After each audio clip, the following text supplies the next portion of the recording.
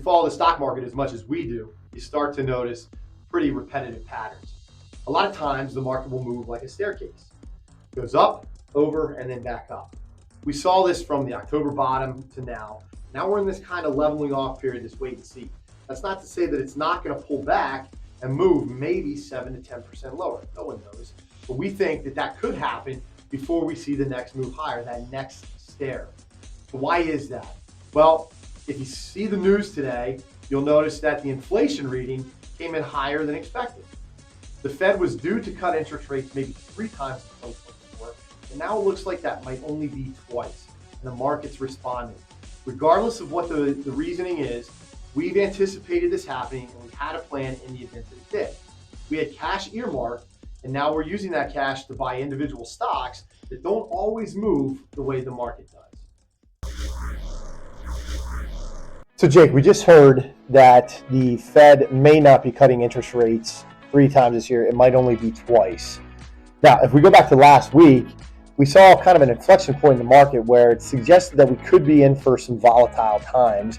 And we're seeing one of those times today after the inflation reading. So that's given us the chance to do what we want to do and be buyers at lower levels. So talk to me a little bit about that. What have you been doing today in certain accounts?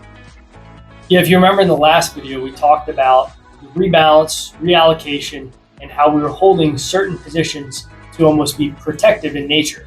Right. And those cash-like positions are earmarked for individual stocks. Mm-hmm. So we were buying a few different companies today that had moved lower to an area of support that we could enter in a position. That's perfect. So in other words, these positions, these stocks don't always behave the way the market behaves, right?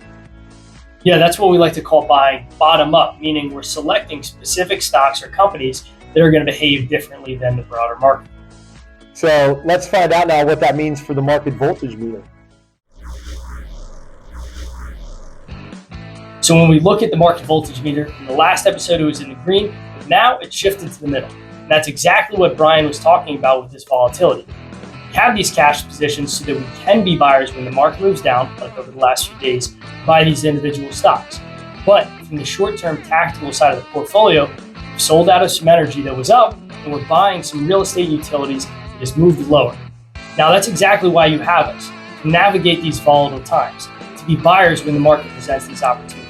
So as we continue to make adjustments with these portfolios, we want you to stay in touch with us by watching the live wire.